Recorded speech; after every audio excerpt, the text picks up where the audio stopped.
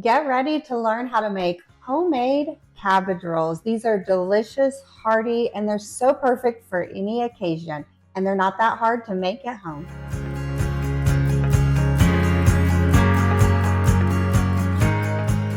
Hi, I'm Christina with eatingonadime.com. Welcome to my kitchen. Today we are making delicious, I love homemade cabbage rolls. I have linked the recipe in the description below so you don't have to worry about writing everything down. If you cannot find it, just Google Eating on a Dime cabbage roll and it will pull right up. I love cabbage and all the cabbage recipes, and homemade cabbage rolls are just so nostalgic and delicious and the perfect comfort food. All right, let's get started. So the first thing you want to do is to get the cabbage ready. So we are going to steam the cabbage leaves just to make sure that they're nice and pliable for rolling the cabbage rolls. So the way I like to do that is to microwave it. I've heard of a lot of people boiling it, but microwaving it is just an easier method. You don't have to watch it, you don't have to monitor it, and it's really quick and easy. So what I do is I take the cabbage and I pull off any leaves that may look rough, damaged, anything like that. I've already done that before we started the video. It's looking great and perfect. Just place it in a large microwave safe dish, and then you want to pour a half a cup of water around the cabbage. And then we are going to microwave it on high, just like this, for 10 minutes to get this cabbage nice and soft and pliable. So just put this right into your microwave and let it cook for 10 minutes. So while the cabbage is cooking, we're going to go ahead and get the meat mixture and the sauce ready. So first, for the meat mixture, we need some onions. We're going to use one white onion and we're going to dice it finely. I love using this veggie chopper because it's quick, easy, and it dices them really small. I like to saute the onions so that they're not super crunchy in the cabbage roll. That's the only thing that I cook on the stovetop for this recipe, and it just really adds a lot of flavor and it just makes it soft with everything else. So for this onion, we're just going to cut off the ends and then peel the out layer. This one looks a little soft, so I'm going to go ahead and take it out as well. And then for the chopper, I find it's best to quarter this onion.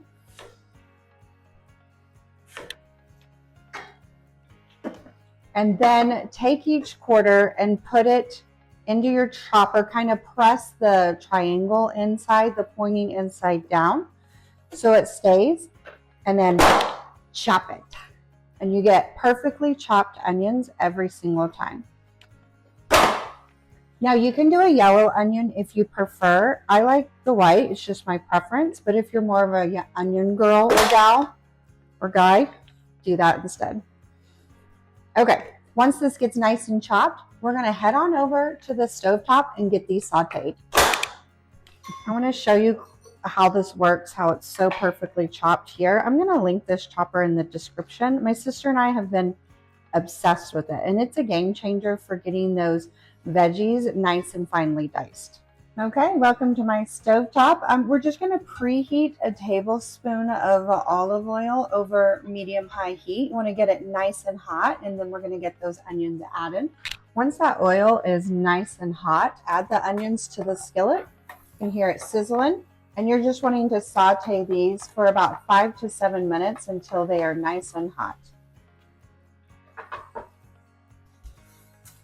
All right, I'm back over to the microwave because this has been cooking for 10 minutes, and let's check it. It's looking great. It is hot, so be careful.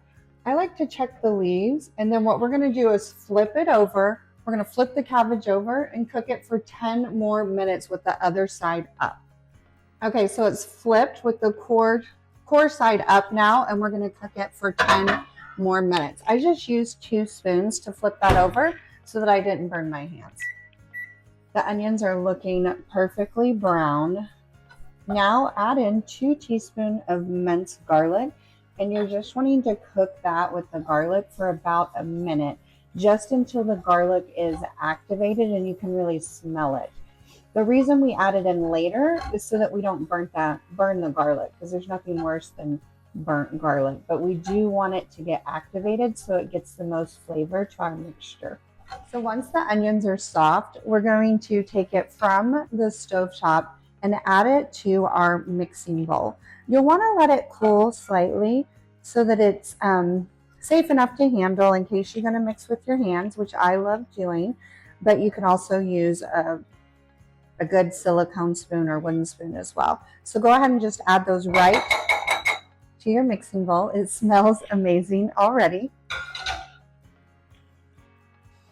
And then we're going to add in the beef. So when you make cabbage rolls, the insides are kind of like almost like a meatball. We don't pre-cook the beef. We just like to make almost like you would a meatloaf or a meatball. So for our recipe, we're using 1 pound ground pork and a 1/2 pound lean ground beef. We're going to add that right into the same mixing bowl with the onions. Okay, let's add in the other ingredients to make the perfect cabbage roll filling. So we're going to do 1 cup of long grain white rice, uncooked. So don't worry about cooking. It's going to cook when we bake these.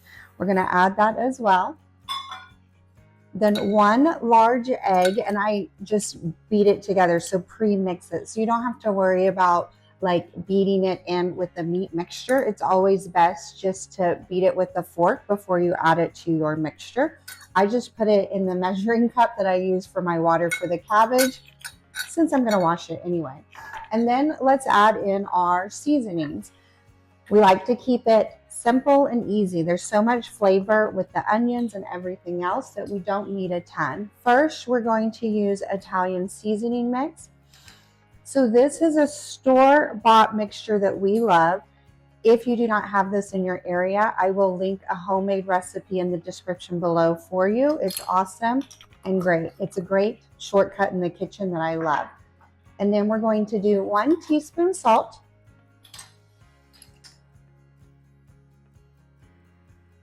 And then a 1/2 teaspoon of pepper. Now these measuring spoons I'm linking in the description below because they're awesome. I love the different sizes so that it'll actually fit in my spice jar.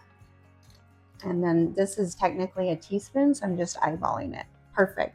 So then what you want to do is mix this all together just like you would with a meatloaf or with meatballs. You can use a solid spoon. What I do is I get it started mixing with a solid spoon and then I use my hands. My sister always makes fun of me because I say these are your best kitchen utensils.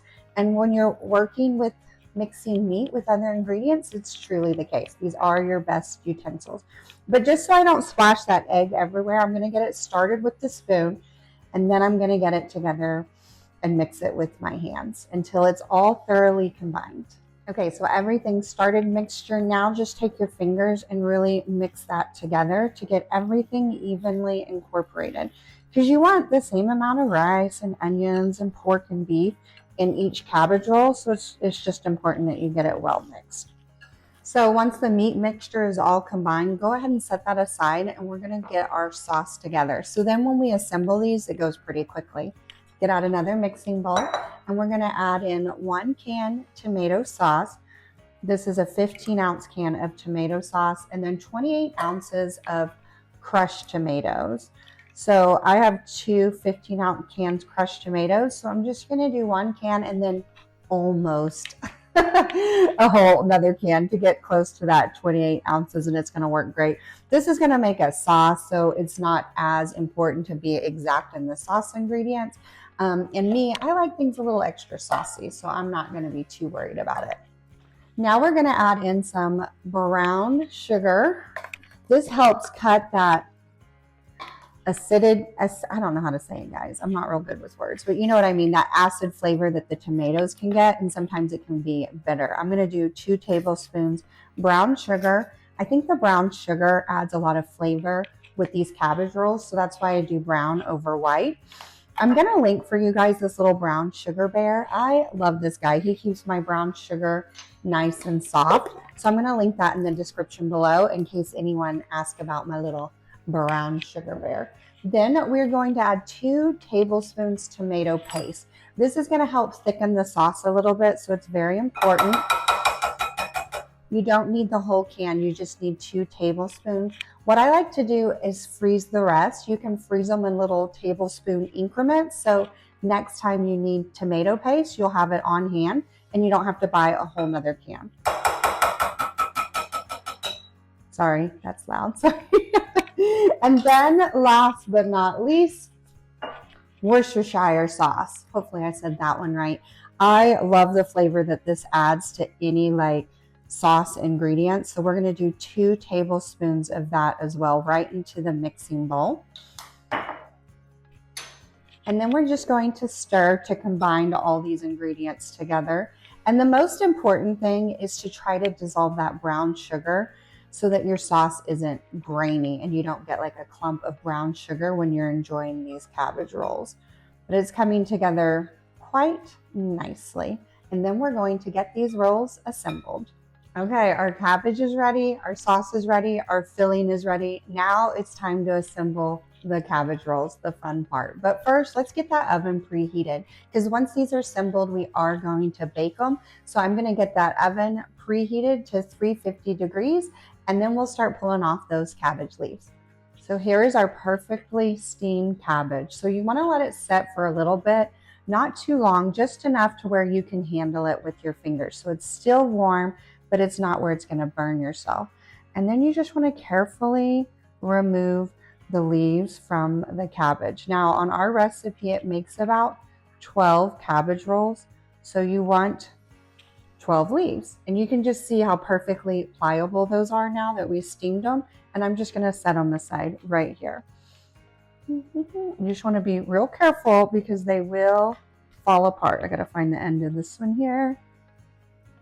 Sometimes it's hard to see once it's all steamed, but once you find the end, it's kind of like a piece of tape. You know, you got to find that end and then carefully pull it back.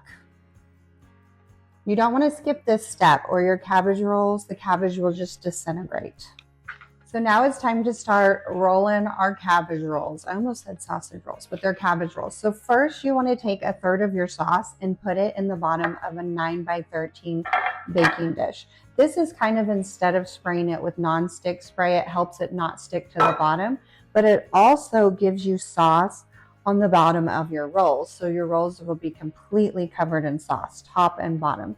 So it's going to add flavor and it's going to prevent it from sticking to the bottom of this dish. So you just want 1/3 of it total and then spread it out. Now, when I make my rolls, I make them just right in the dish because they're going to get topped with the sauce anyway. And that way, if I have any trouble with them falling apart, they're already in the baking dish and they're going to go straight in the oven.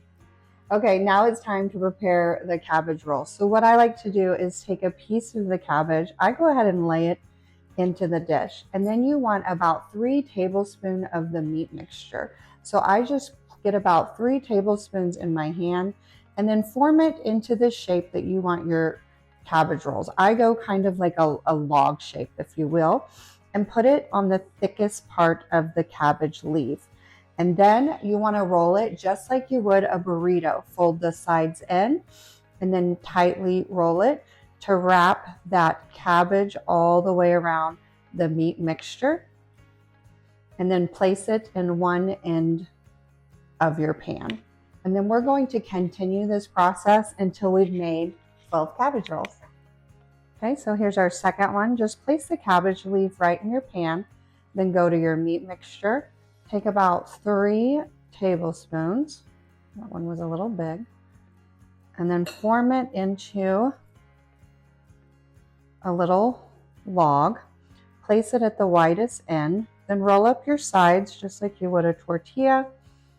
And then wrap it to make the cabbage roll. I'm going to fold. This one was a little bit bigger, so we're just going to fold that in and place it in your pan. So we got them all assembled. The recipe makes about 12 rolls. So then what you want to do is just pour the remaining sauce right over the top. You want to make sure they're completely covered in that sauce. Now we're going to cover it with foil, and you want to make sure that it's pretty tightly covered with foil, because when we bake it, it's almost steaming those ingredients, especially that rice and that cabbage. You want it nice and soft. So we're just going to create a good seal to make sure it cooks evenly and thoroughly. Okay, It's ready to go. We are going to put this in the oven and cook them until they're nice and soft. It's going to take about 80 to 90 minutes.